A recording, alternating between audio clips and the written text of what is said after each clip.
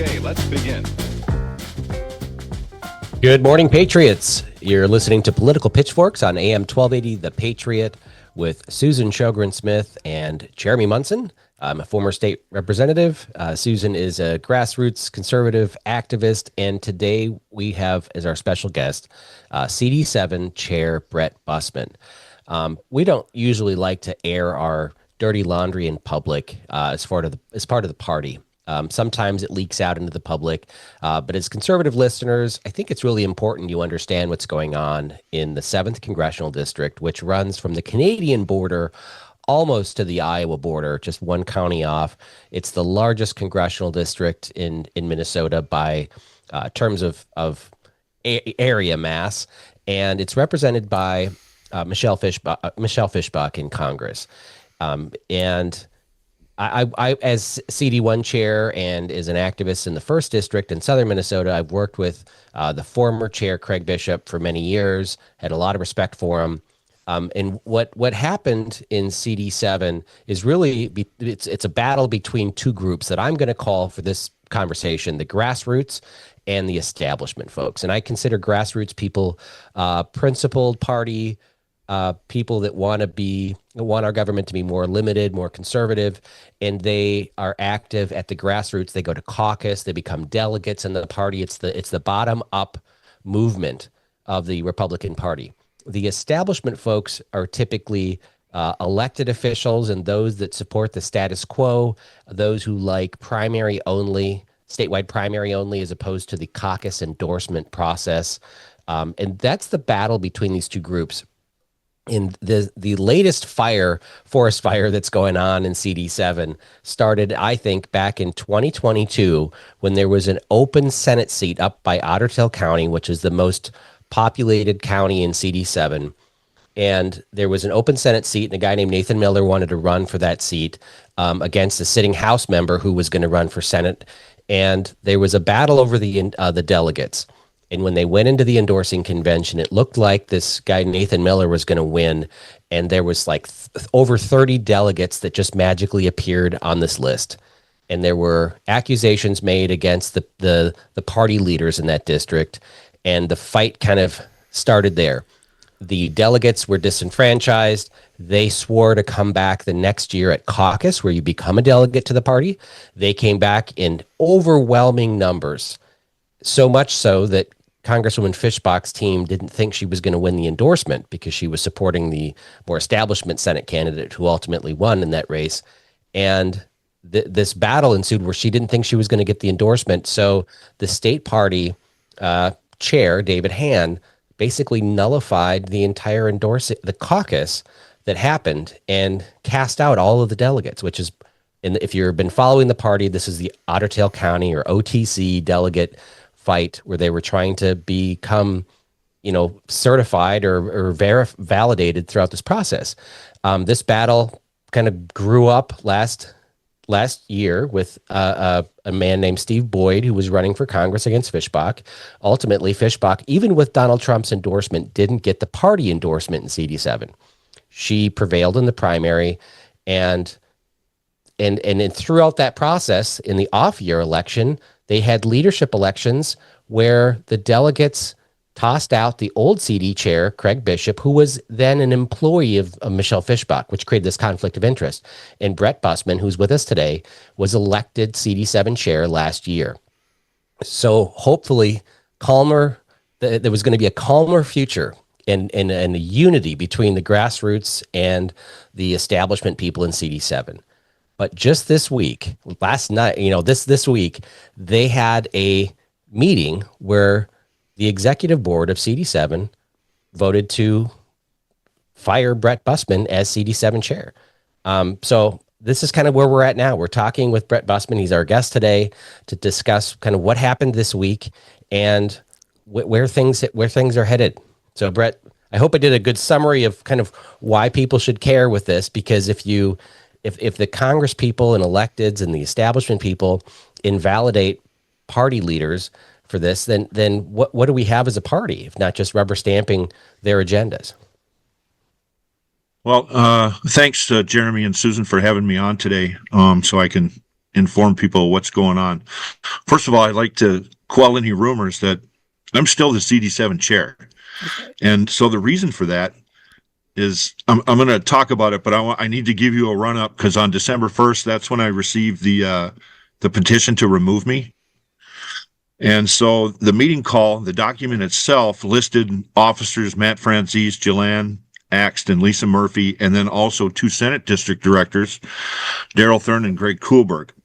According to our Constitution, though, 5 officers have to call the meeting. The Senate district directors, of course, are not officers according to the Constitution. So this makes the call void, or like it doesn't exist. Garbage. So therefore the 10-day notice was never given. 2 days later, they sent me a revised call changing the purpose of the meeting. They changed it from removing me to as chair to consider to remove me as chair. So to me, that's 2 different things. So again, you can't amend a call that is void. Then on Wednesday, I received another updated call that added Tiffany and then Vice Chair Curtis Wethrich to the officer list, making it 5. But again, they're trying to amend a call that doesn't exist. So, and I've submitted all this to Chair Plekish, and then to the MNGOP General Counsel. And after speaking with Alex, the attorney contacted me and said that he agreed with my summation of what was going on, and that he was going to call Vice Chair Matt Franzese, who's also the Traverse County attorney, and recommend they cancel the meeting. He informed me later that day that he had changed his mind and that the meeting was backed on. And I said, why? And then, so I sent him a rebuttal and he refused to accept my facts. So no matter what, the meeting is void. Yeah. And all this other stuff is just hubbub. When you said you contacted him and he changed his mind, you're talking about Alex Plekish, or are you talking about your? No, the attorney, because originally he had said that he agreed with my summation and he was going to call Matt Franzese and recommend that they cancel the meeting. And then later he called me back and said he didn't support that anymore. And then this is the chair. This is the attorney for the state party you're talking about.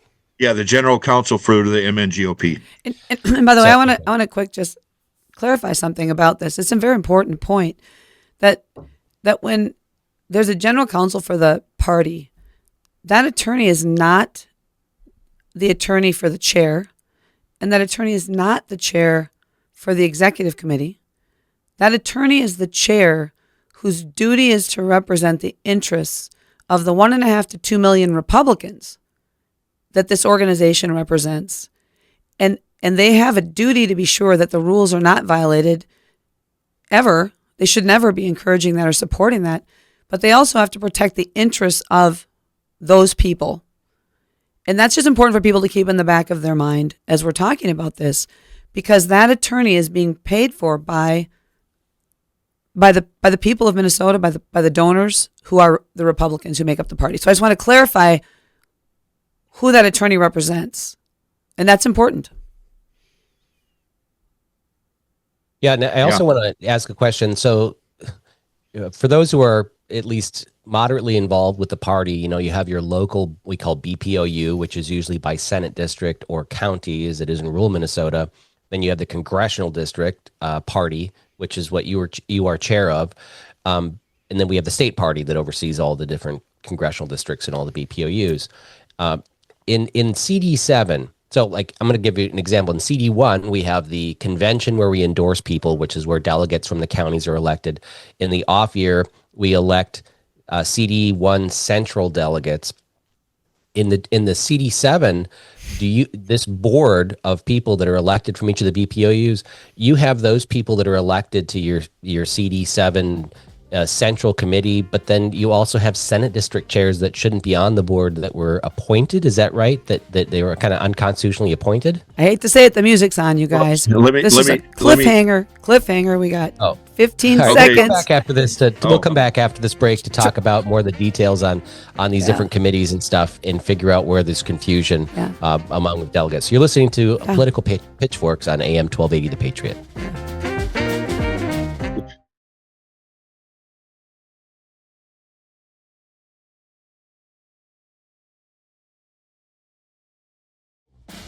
Okay, let's begin. Welcome back, Patriots. You're listening to Political Pitchforks on AM 1280, The Patriot. Your co-host, Jeremy Munson, with Susan Sjogren-Smith. And our guest today is Bret Bussman. He's the chair of CD7.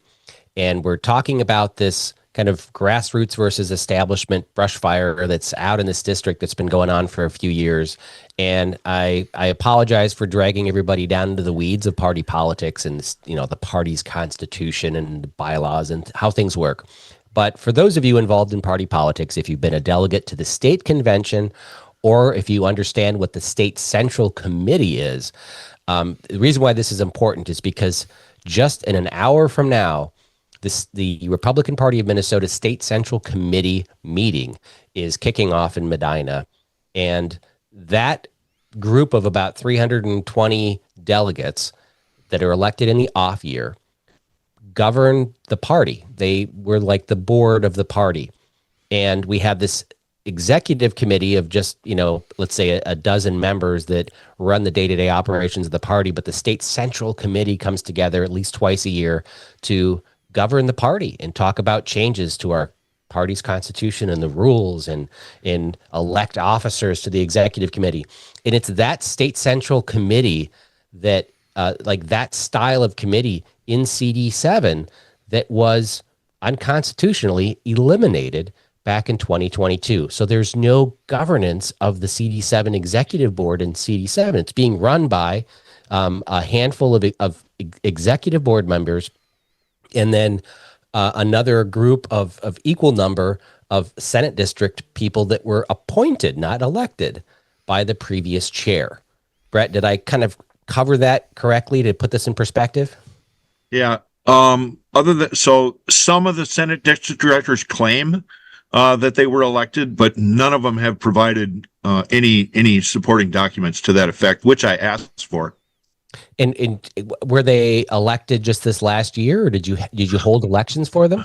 No, they get elected at the same time as the Senate endorsing convention. So coming up next year, and so it's every 4 years for those folks. That's the election. So part of the issue was because of redistricting. So this whole redistricting nightmare that happens at the local level, there were changes, right, to almost all of these Senate districts. And so that affected who could be what, right? Does that make sense, Bret? Because yes, the boundaries changed, the districts changed, the people who might have been elected earlier now may not actually be able to be the people anymore because of the boundary changes, which is beyond everyone's control. It's just a fact. Yeah, because we picked up some district from 8, CD 8, 6, and 1. So. So that's part of the problem that happened, the confusion. Right. So right now we have two people that claim to be the CD7 chair. You claim to be CD7 chair, and then your former deputy or your deputy chair, your current deputy chair, Tiffany, also claims she's sending out emails as the CD7 chair. Who does Fishbach, who does your congressperson recognize as the chair, do you think? I mean, I would guess that she recognizes Tiffany because she has, Noran has said, Noran was asked about why they don't give reports to the CD7 executive committee. And she said, because she doesn't believe that the officers who were elected in March as being legitimate. And then she said, she was asked if Representative Fishbach believes that too. And she said, yes, Representative Fishbach believes that too. Hey, Bret, can I ask you a quick question? So at the meeting on Thursday night, this removal meeting, how many of the actual officers who were elected do you know how many of them were actually participated in the meeting? Because there's 11 total, right? And so how many participated in the meeting as opposed to these Senate district directors who really aren't actually supposed to be authoritative? They're not supposed to be they're working outside their role, but how many? It would have been 5. 5 of the 11 officers were present at that meeting. And the other 6 really likely support you. Likely. The other, the other ones, including myself, support me. Yeah. Yep. So, I mean, overall, what if you're a Republican listening to this, you're screaming at the radio saying, guys, just get together. Like, we need to unify because we should be focusing on winning elections up and down the ballot next year, and especially our statewide elections, in CD7. I mean, this is a Trump plus 30 district or some ridiculously conservative district. One of the most conservative in the country, I think. Yeah. This dysfunction within the party isn't going to prevent us from sending a Republican to Washington to represent that district.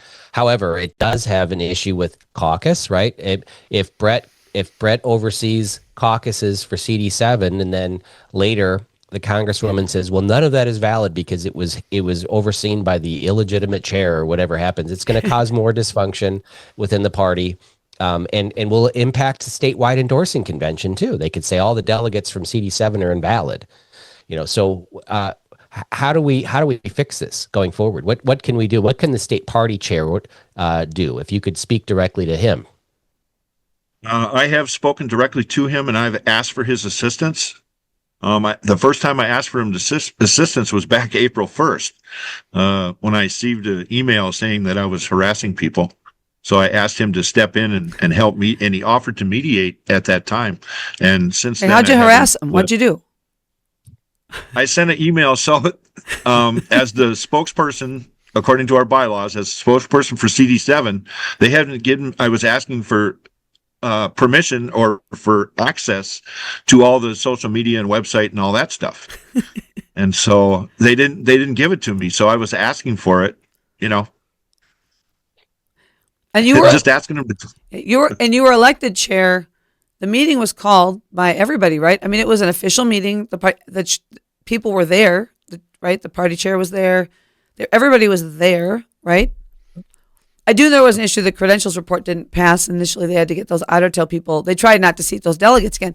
But I mean, it was an official meeting, and nobody said a word about it being illegitimate until just now, like 8 months later, right? I mean, you don't get, to go even farther on that, back in the November meeting, one of the Senate district directors, Jim Beaubier, submitted a resolution.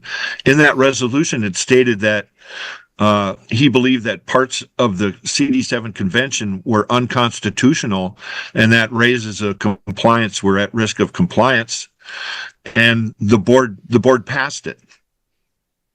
Probably the same people that voted against to remove you voted for that, probably. Correct. Yeah. It's crazy. I've never heard anything like it.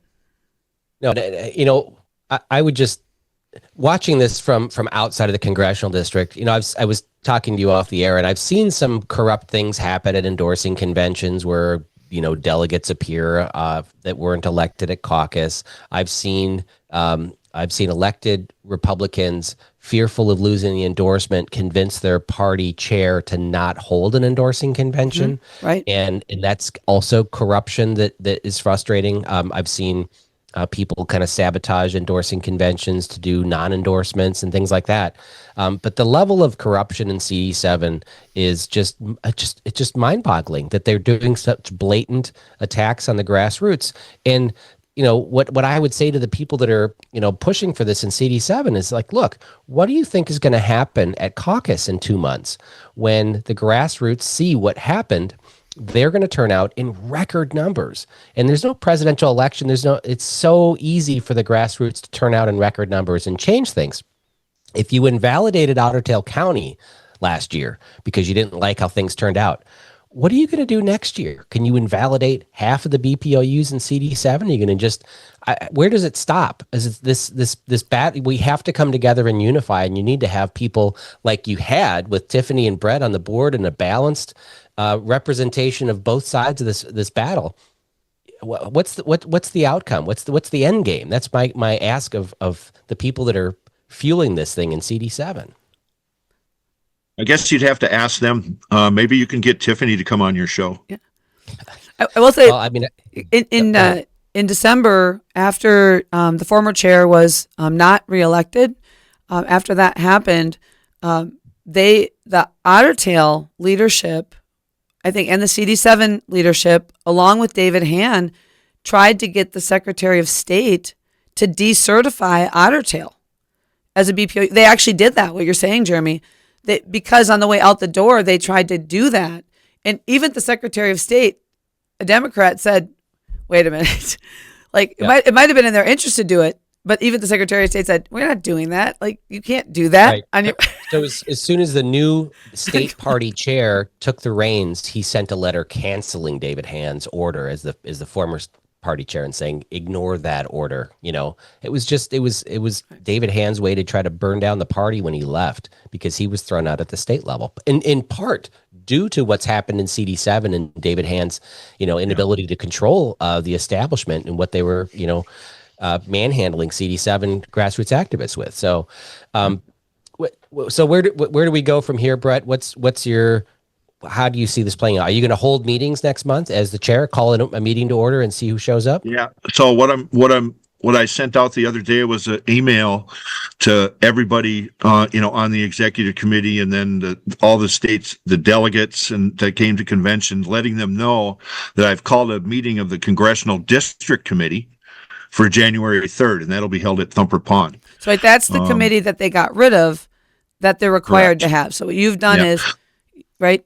Right. So, yeah. So what gives me the authority to do that is because it's not addressed in our Constitution, but it is in the MNGOP Constitution. It says that CDs are required to have a Congressional District Committee and an Executive Committee. So, and it says the minimum requirement for that committee is a chair and a treasurer. And so the chair, me, and I'm the chair of that committee and the Executive Committee. I'm the chair of both. By the way, that's an interesting point I want to make, Jeremy.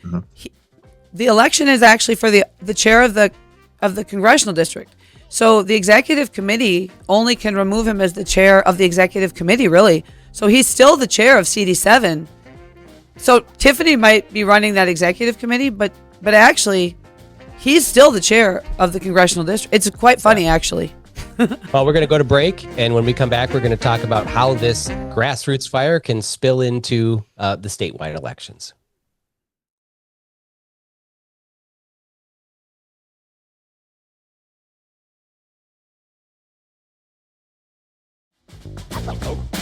Okay, let's begin.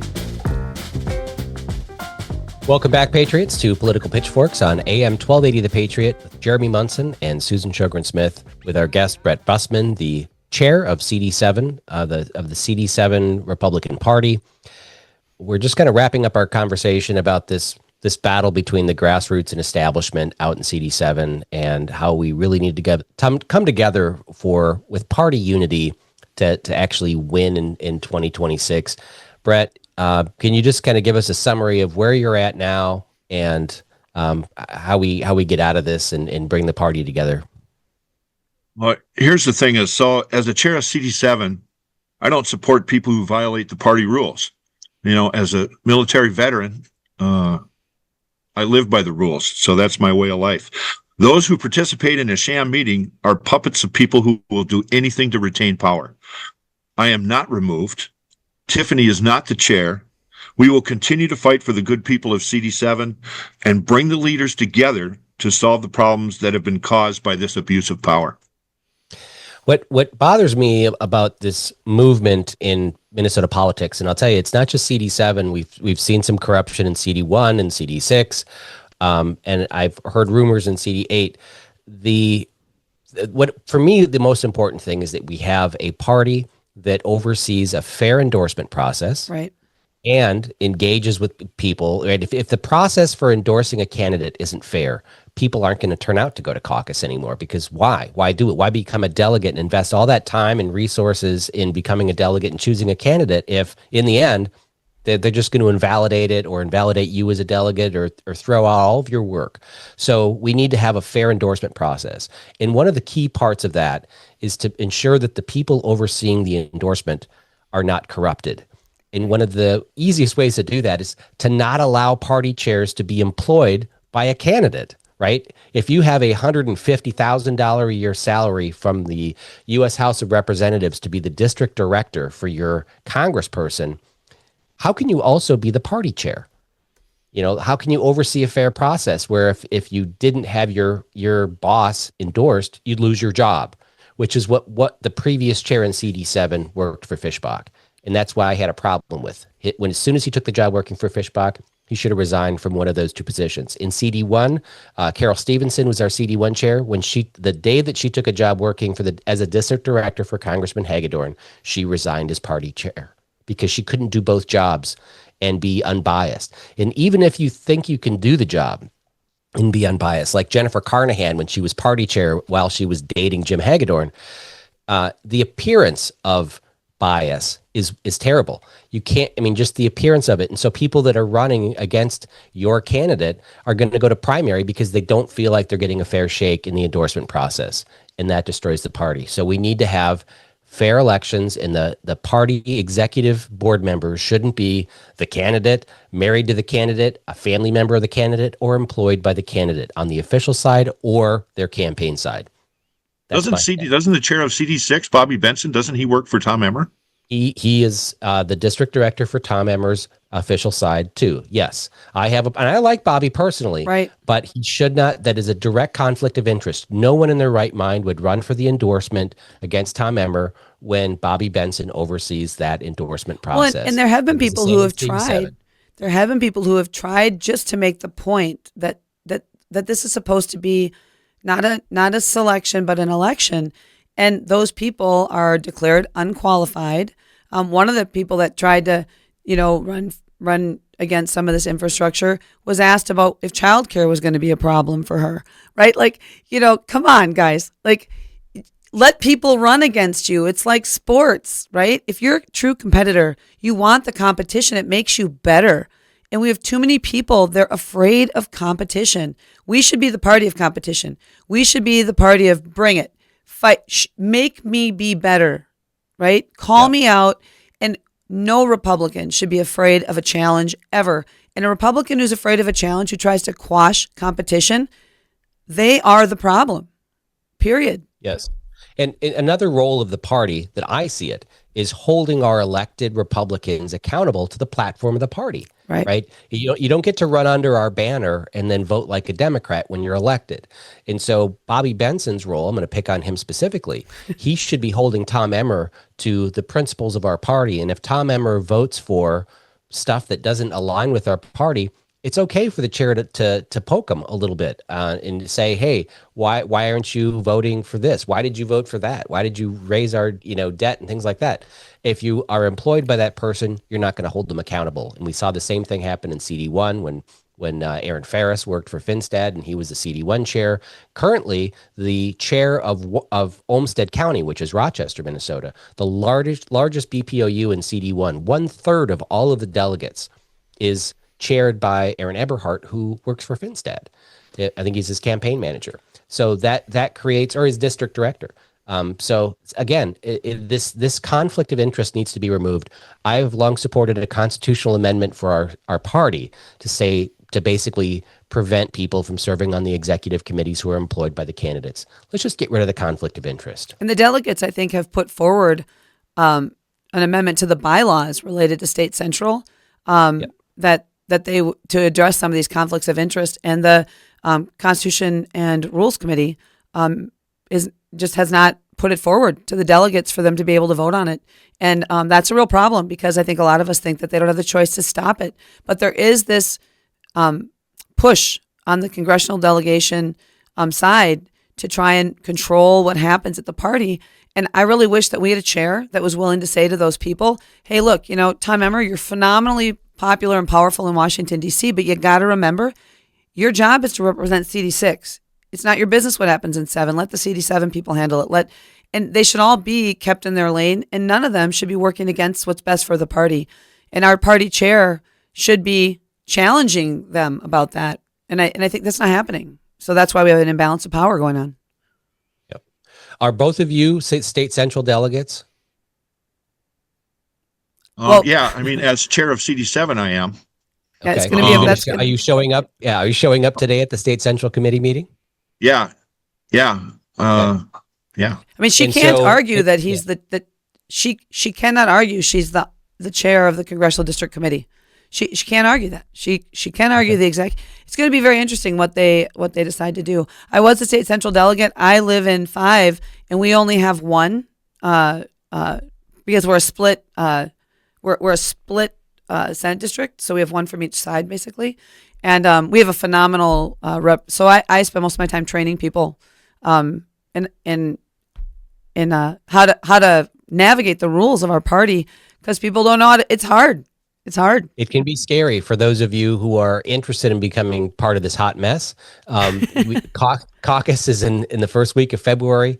And if you want to become involved in the party and become a delegate, you need to go to caucus, bring a couple of your neighbors from your precinct and run to be a county delegate or a SD, a Senate district delegate. I don't think that's how they call it in the cities. But Jeremy, I want to really, really quick just say something to me.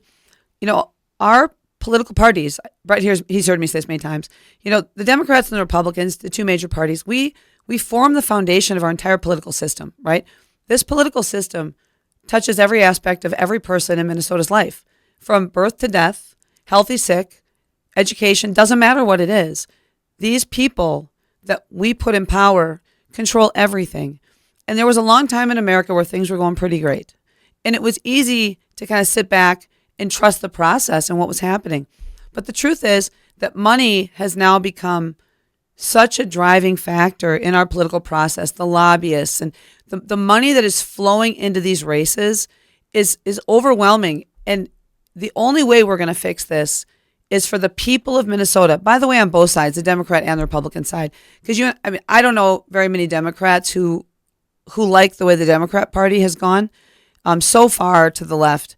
And so everybody, Republicans, Democrats, the way we fix this is getting engaged, because it is these caucuses that form the infrastructure. They form the party, and that is how we make sure that the party that we belong to actually fights for what we believe in.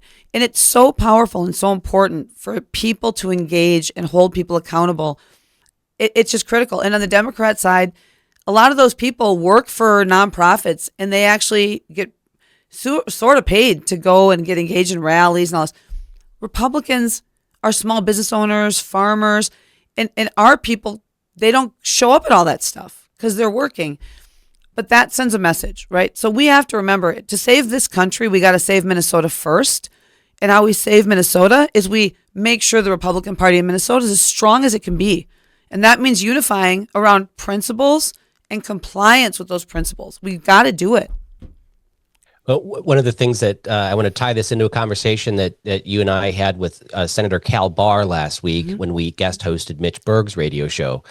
We talked about a bill that Cal Barr had, which would eliminate the statewide primary for congressional district races, state house and state senate races, and make the party's endorsement binding, meaning whoever won the party's endorsement would be the only person on the November ballot with Republican after their name.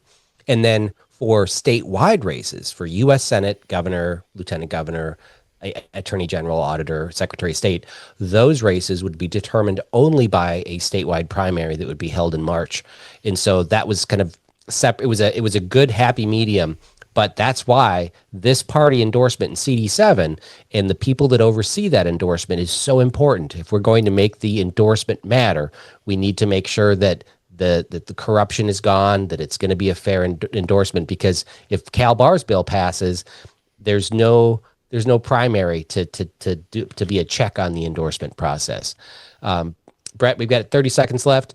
Do you think State Central is going to bring up your chairmanship and whether that's valid today? Well, I think they had removed the compliance committee from the agenda, so I'm hoping that they're going to put that back on so that can be addressed, because this certainly should be a compliance committee issue. Okay. We should talk a little bit about that, just that we have a process. Hopefully we got to come into compliance, people. Yeah. After we come back from the break, we're going to wrap it up with a discussion about the State Central Committee.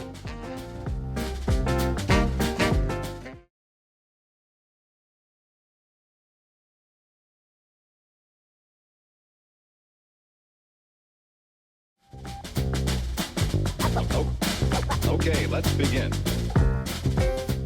Welcome back, Patriots, to Political Pitchforks on AM 1280 The Patriot. We're wrapping up this week's conversation talking about party politics. We're kind of deep in the weeds talking about the party's constitution and things like that.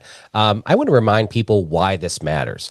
In the Republican Party, the grassroots activists, the people that go to caucus and become delegates and go to the county picnics and walk in parades, they carry the water for the party and they help elect Republicans up and down the ballot. We don't have busloads of union workers that the unions pay to, bus around and door knock.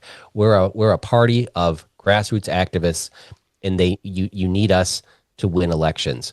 This grass fire, brush fire, and CD7 is going to impact the statewide elections, I believe, because the turnout at caucus, which again is February 3rd, put it on your calendars, go to caucus, become a delegate, get involved with the party. In CD7 particularly, it's going to impact statewide elections because there's candidates. They've got 13 people running for governor, and the endorsement's going to matter this year like it does every year, and it's going to be impacted by people that are upset with the establishment trying to snuff out the grassroots. Another reason this could matter, if Republicans have this wind at our backs and we actually are going to unseat Walz as governor, there's one simple trick that Secretary of State Steve Simon and Attorney General Keith Ellison can do, and that's they can look at what happened in CD7 because we are not in compliance with the law. In 2023, Democrats and, for some reason, Republicans got together and passed some sweeping legislation defining the major party status in the state. Republicans were told it was going to get rid of the pot parties and strengthen and prevent third-party candidates from being an issue. But the Democrats actually put a bunch of language in there making very strict compliance requirements for a major party status. Yep. In the Republican Party right now is out of compliance. If they enact that law, they enforce that law, they could actually remove all of the Republican candidates from the ballot in Minnesota because we would no longer have major party status. We would have to go out and collect thousands of signatures just to get a house race candidate on the ballot. Statewide ballot access is a big lift too. You wouldn't get PCR dollars, the political contribution refund program, which funds about $600,000 per election cycle of grassroots money. It would hand Democrats the election. Susan, what are your thoughts on that? Well, first of all, it's really important. The same people who voted to remove Bret, who ran to be chair on the platform of bringing CD7 into compliance with the law, right? That's what he's been doing. The same people who voted to remove Bret are the people that actually voted and passed a resolution, the same people, stating that the CD7 convention was invalid, unconstitutional, and didn't count. And this law they passed specifically requires there to be a convention in every CD every year, which they just voted to say was not a convention.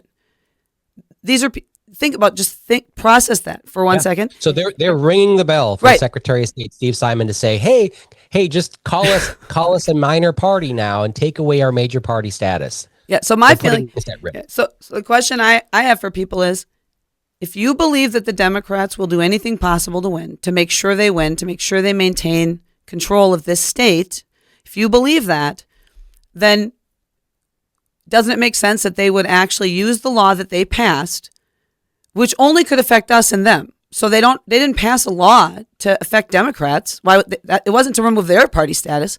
It was to target us. So if you think they would do that, just imagine Keith Ellison and Steve Simon holding a joint press conference talking about what a tragic day it is that the leaders of the Republican Party have failed to serve the Republicans, but they're proud to do their duty to protect Republicans from corrupt leaders, right? They would give a sob story speech about how sad they are about it. Meanwhile, they'd be having a party in the parking lot in that DFL party van that they own. Right. And it's not just ballot access in the PCR. It's also judges. election judges. Election judges. And if you're not a major party, you don't get to have election judges Not one. present during the election.